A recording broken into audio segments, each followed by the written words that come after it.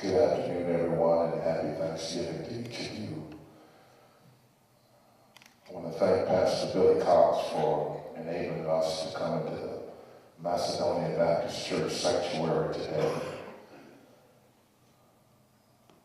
And while we're always glad to be in the house of the Lord, we're certainly not excited about the reason for which we gather. As I provide these closing comments, I do want to acknowledge all of the clergy that are present here today. We thank you for your presence. We thank God for all of our elected officials. We thank God for Sheriff Levitt and our chairman of our board of commissioners. We thank God for you, Richard Oden. We thank God for the chief of police, Gene Wilson, who's present. We thank God for the chief of police of Covington, Georgia, Brother Stacy Cotton, and assistant chief of police, all in turn, members of churches, and all who have gathered here today. We're grateful for your presence. And we thank you, deacons and all, for your response to our call to community today. We have come to speak as clergy and as spiritual leaders of our community because we feel as though it's our responsibility, biblically and historically, to speak to the depravity of our community. And as has been mentioned, there are 4 tenets to which we are dedicated to speaking. The first, Pastor Aldrin Sadler of the Church of New Beginnings shared with us the tenet: we support the constitutional right to peaceful protests and condemn violence against all people, property, and first responders. Pastor Chris Shipp of the Ball Rock Baptist Church of Congress had the second tenet, which is a call to all clergy, to ministers, to churches, to minister and to champion the needs of the community. We urge clergy to mentor and to monitor youth in their efforts to promote constructive, redemptive change. Pastor Billy Cox challenged us to support civic involvement through the expansion of voter registration. We urge every registered voter to make your voice heard in each election, especially for local political offices. And then fourth and finally, is the principle and tenet that I wish to provide just some cursory background information and biblical context for, and that is, we call on the business community and philanthropists to support economic empowerment by creating more jobs and career opportunities for underprivileged youth. What I have come to learn in my time as pastor and my time in life is that you cannot win a fight against someone who has nothing to lose. If you're fighting someone who has nothing to lose, that's not a fight you want to engage in. And do we really want a race of people or a generation of people who don't believe that hard work equals advancement? People who believe that the system is stacked against them. People who are disillusioned, who are dispossessed. People that Dr. Howard Thurman called the disinherited. When people have nothing to lose, we have lawlessness. In 2007, the richest 1% in America owned 35% of the country's wealth. The top 20% of Americans owned 85% of the country's wealth. The bottom 80% of the population owned 15%. It seems as though the church is the last place that this argument can be spoken without being accused of being a communist. The Dow Jones Industrial on March the 9th, 2009, closed at 6,547 points. In July of this year, it closed at 17,000 points. Say what you will of this current presidential administration, but Walmart loves Barack Obama. Wall Street loves Barack Obama. Because the points have gone up 2.5 times since him taking office. But unfortunately, market growth is not trickling down to places like Conyers, Georgia. And it's not trickling down to our communities of faith. And it's not trickling down to communities of minorities. The distribution of wealth is a global problem.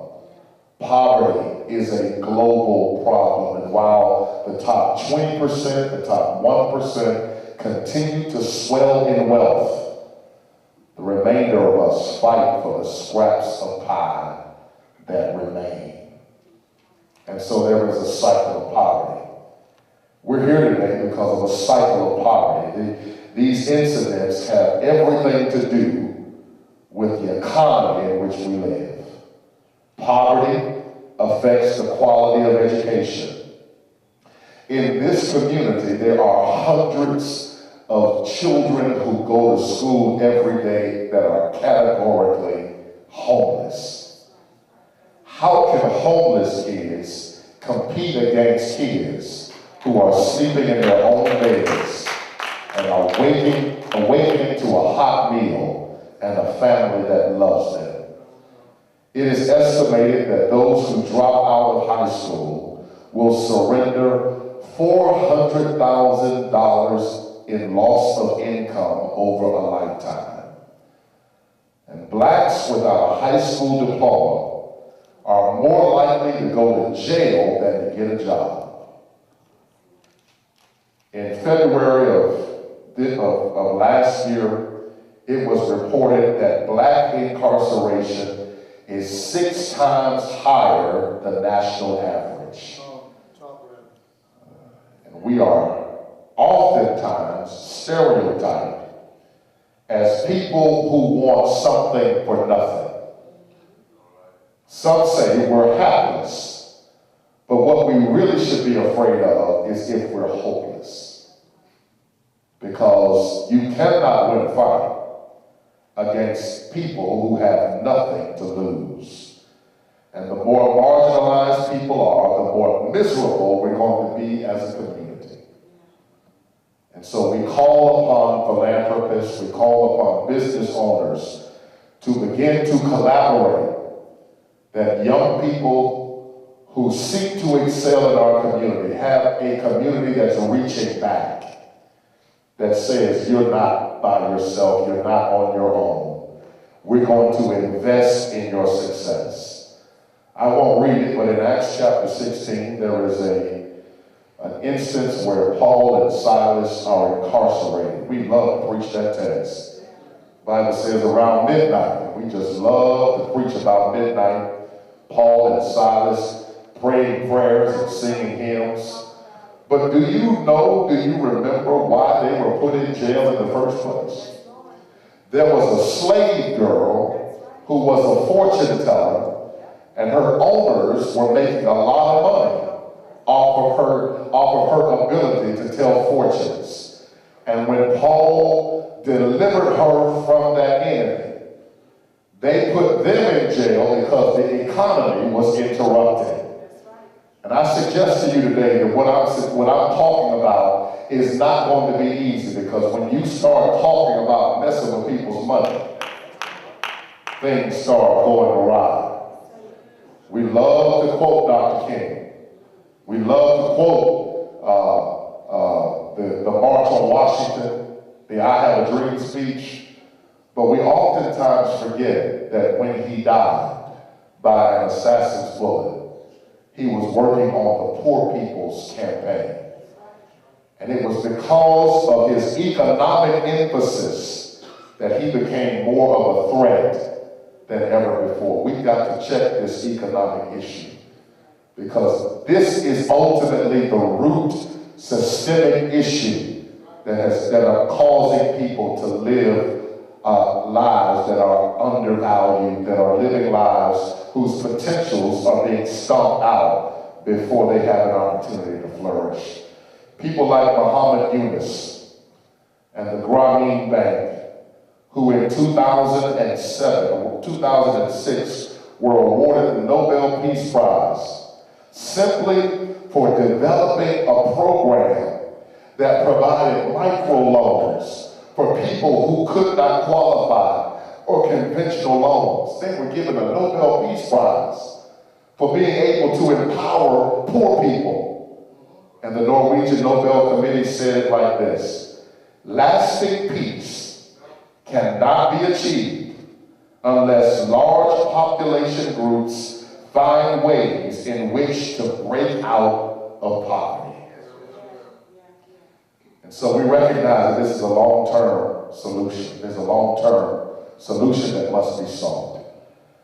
We invite you to the Springfield Baptist Church on Wednesday night, December the 3rd, this coming Wednesday night, a week from tonight, to have a more extended community forum. We are calling it the Redemption Forum, and we want to hear from our young people. We want to hear from the youth of our community. They're hearing from us today, and we want to hear from them on that day, and we invite each of you to be a part of that Redemption Forum.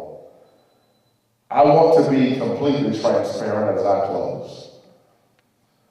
We've turned to the courts in Ferguson, Missouri,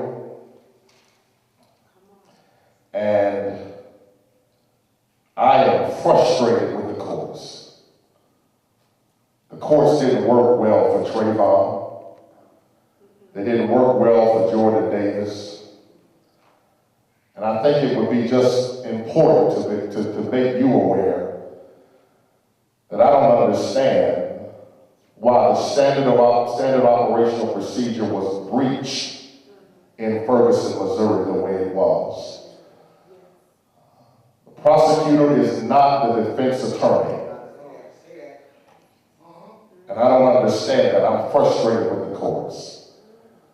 But I know somebody else that was frustrated with the courts. On Good Friday, they took him from court to court. As a matter of fact, they gave the murderer Barabbas a pardon. And even though he was innocent, they sent him to the cross. I'm frustrated with that court, and I'm sure Jesus was frustrated with the courts as well. But when you are frustrated with the courts, you don't turn to violence. You do what Jesus did. You turn to the cross. When the courts don't work, we know how to turn to the cross. And we're going to continue to turn to the cross and look to the example of the exemplar of our faith on what we must do to reclaim the youth of our community, and to make sure that they have a voice, to make sure that their rights are upheld, and to make sure that they have every opportunity to excel moving forward.